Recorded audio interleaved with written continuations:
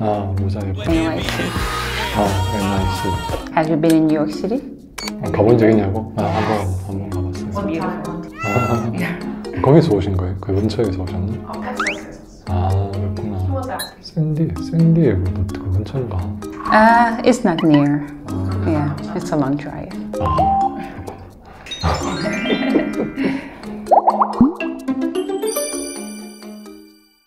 Hi, my name is Lindy and today I am here with Dr. Liu. Yeah, he is going to be my rhinoplasty surgeon. And today I have a few questions for you.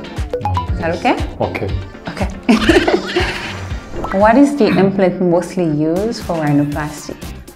가장 많이 쓰이는 보형물은 콧대 부분은 이제 실리콘 보형물을 가장 많이 사용하고 있습니다. 10명 수술하면 한 8명, 9명 정도는 사용을 하고 나머지 한두 명은 아예 모형물, 귀용골만 들어가거나 자기 늑연골만 들어가거나 진피나 아니면 기증진피라고 피부 재료가 들어가는 경우도 있지만 가장 많이 쓰는 거는 이제 실리콘 임플란트를 가장 많이 사용합니다.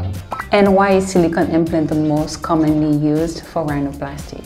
가장 많이 쓰이는 이유는 우리 인체에 들어갔을 때 거물 반응이 별로 없고 좀 안전한 재료고 오랫동안 안전하게 사용됐던 재료인 게 있고 첫 번째는 그 다음에 장기적으로 시간이 지나더라도 같은 모양을 잘 유지를 하고 또 이제 모양을 다듬기도 수월한 면도 있어서 실리콘 보형물을 가장 많이 사용하게 됩니다. Okay. I think that was the next question. Is it permanent? 장기적으로, 영구적으로 같은 모양을 잘 유지를 하게 됩니다. Could the silicone implant be the cause of a facial pain?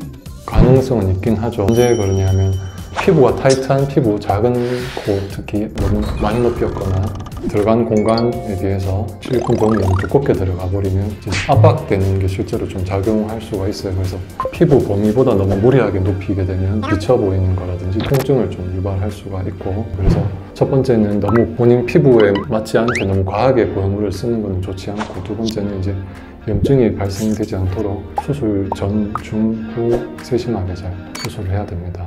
Could the silicone implant be the cause of skin thinning? 그렇죠. 본인 공간에 비해서 두껍게 들어가면 압박하는 힘이 전체적으로 작용하죠. 이 바닥 쪽도 압박이 되겠지만 피부 쪽도 압박이 되기 때문에 피부 자체가 조금 시간이 지나면서 좀 얇아지는 경우도 있을 수가 있어서 너무 과하게 이제 보형물을 넣지 않는 게 좋긴 하겠죠. 본인 피부에 맞게 보형물의 크기를 정해서 사용을 해야 됩니다. And is it possible to use silicone implant for the tip plasty?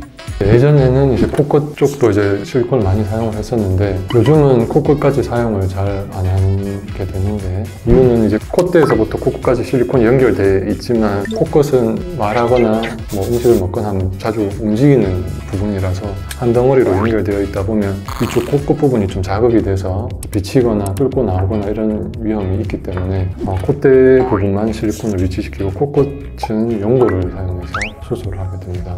So, does the silicone implant show up on CT scan? CT를 찍게 되면 이제 몇 미리가 들어갔는지 어떤 모양인지 상세하게 다 확인이 될 수 있습니다. CT를 찍으면 이제 실리콘 다 볼 수 있어요. What would be the chance of infection?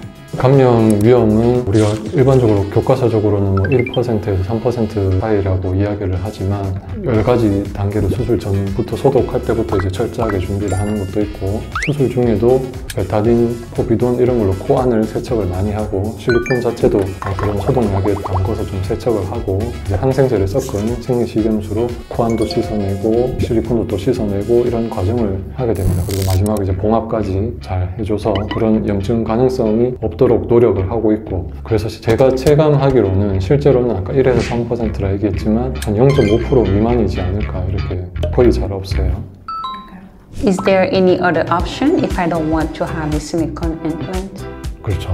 여러 가지 재료가 있는데 그 아까 얘기했던 것 중에 이제 연골이 들어가거나 콧대 부분도 진피라고 해서 피부 조직이 들어갈 수는 있어요. 그래서 본인이 너무 콧대를 과하게 높이는 걸 원하진 않기 때문에 다른 재료를 사용할 수는 있긴 하지만 안전한 것도 고려하고 모양적인 거를 고려하면 실리콘을 쓰는 게 그래도 좀 안정적으로 모양을 내기는 좋을 것 같아요.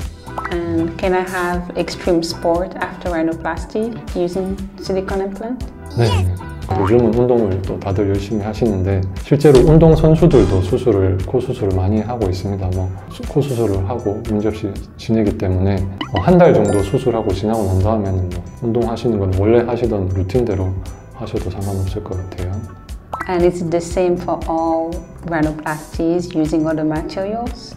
근데 재료마다 장단점이 다 있어요. 그래서 아까 말했던 실리콘 보형물 자체는 장기적으로 갔을 때 모양을 좀 잘 유지를 그대로 잘 유지하는 게 있을 수 있고, 그리고 높이도 피부 여유만 된다면 두께가 이제 제조되는 거다 보니까 두껍게도 이제 만들 수 있기 때문에 과하게 높인다든지 이런 경우에는 다양하게 쓸 수 있는 장점이 있고, 근데 아까 말했던 자기 연골이라든지 아니면 진피라든지 이런 거는 시간이 지나면서 이제 처음 유지됐던 모양이 유지되지가 않고 좀 변형이 생길 수가 있기 때문에 똑같다고는 말은 하기는 어렵고 비슷한 결과는 낼 수는 있긴 합니다.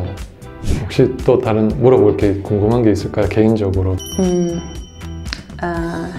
And as far as the size of the silicone, how do you make sure like the correct size it fits like the person? 두 개인데 한 개는 모양을 보고 하고 두 번째는 피부가 늘어나는 거를 보고 결정을 하게 되는데 많이 높이는 걸 원하지 않기 때문에 한 2에서 3mm 정도 조금만 높여주는 정도로만 하면 문제없고, 문제되는 경우는 8mm 이상으로 높이는 경우에는 좀 피부가 좀 타이트하게 느껴지는 경우가 많고, 피부가 많이 두꺼우면 그런 문제가 발생되는데 피부가 두껍진 않고 좀 말랑말랑하다 해야 되나? 그런 게 있고 많이 높이지 않을 거기 때문에 이제 아까 말했던 그런 통증이라든지 이런 걱정은 안 하셔도 될 것 같아요.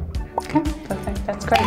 Thank you. That's good. Thank you so much for answering all my questions. 내일 또 수술하기 전에 또 한 번 더 보긴 할 거예요. 혹시나 또 궁금한 게 있거나 하면 그럼 내일 또 보는 걸로 할게요. See you tomorrow. See you tomorrow. Okay. Thank you. Thank you.